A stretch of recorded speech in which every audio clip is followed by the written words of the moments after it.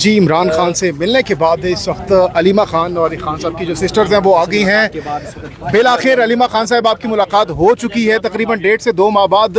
کیسے لگ رہے تھے خان صاحب؟ کیا کہنا تھا؟ کیا گفتگو ہوئی؟ بتائیے گا آج. نہیں، ان کو ہم نے پہلے، آپ کو پتہ ہے 25-20 منٹ تو ہوتے ہیں سارے، تو 5 منٹ لگا کر ہم نے ان کو بتایا کہ پچھلی 8 دفعہ کیسے جو آخری دفعہ ہماری بہنوں کو اجازت ملی ہے اور جو آج ہمیں اجازت ملی ہے وہ اس لیے کیونکہ اتنے لوگوں نے آ کے سپورٹ کیا ہے اور سب نے اس گرمی میں آ کے ساتھ کھڑے ہوئے ہیں. انہوں نے جو ساتھ دیا ہے اس کی وجہ سے ہمیں اجازت ملی ہے.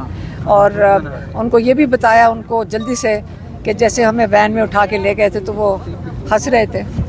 ہم نے ان کو بتایا کہ ہمیں جا کے چکری چھوڑ دی. کہ پھر کیا ہوا؟ میں نے کہا دوسری دفعہ پھر اٹھا کے پہلے چھوٹی وین میں لے کے گئے پھر بڑی وین میں لے کے گئے. آپ کے دونوں اپوزیشن لیڈر بھی تھے. میں نے کہا ہمیں جا کر چکری چھوڑا ہے.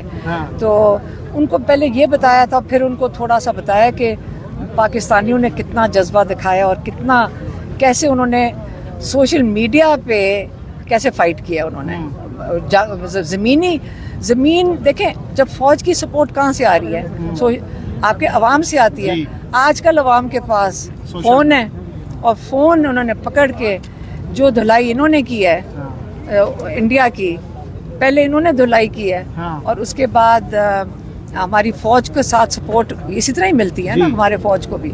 اور ان کو شہادتوں کا بھی بتایا کہ کتنے لوگ شہید ہوئے ہیں. ان کو بڑا دکھ ہوا. ہم نے بتایا کہ جو ایئرمین وہاں ڈرون وہ ہمارے ایک بیس پہ اندر گھس گیا تھا ہینگر کے، جس میں ایک اسکواڈرن لیڈر اور 3 ہمارے ایئرمین شہید ہوئے ہیں اس کا بھی ان کو بتایا. ان کا پتہ نہیں ان کو کیوں نہیں پتا تھا، اس کے اخبار میں آیا کہ نہیں آیا یہ نہیں مجھے پتا. خان صاحب کے حوالے سے کیا رد عمل تھا؟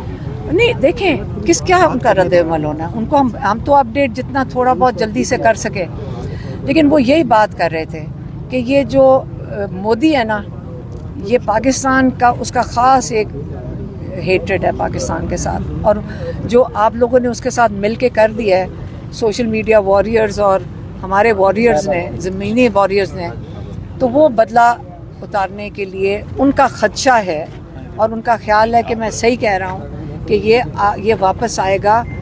یہ آپ کو اکنامکلی اس کو افیکٹ کرے گا. خان صاحب کتنے خوش تھے؟ بھارت ہار چکا ہے یہ جنگ، تو اس پر خان صاحب کتنے خوش تھے؟ نہیں، خان صاحب کہہ رہے تھے کہ وہ اس کا بدلہ اتارے گا.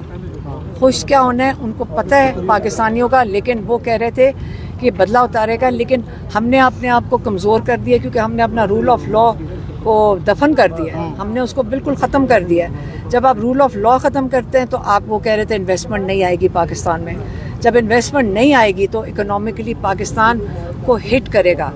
جنگ نہیں ہٹ کرے گی، لیکن جب انصاف نہیں عدالتیں دے سکیں گی اور بے بس ہو جائیں گی اور حکومت کی ایک وہ ڈپارٹمنٹ بن جائے گی، سرکاری ڈپارٹمنٹ ان کو بنا دیا گیا 26ویں ترمیم، تو یہ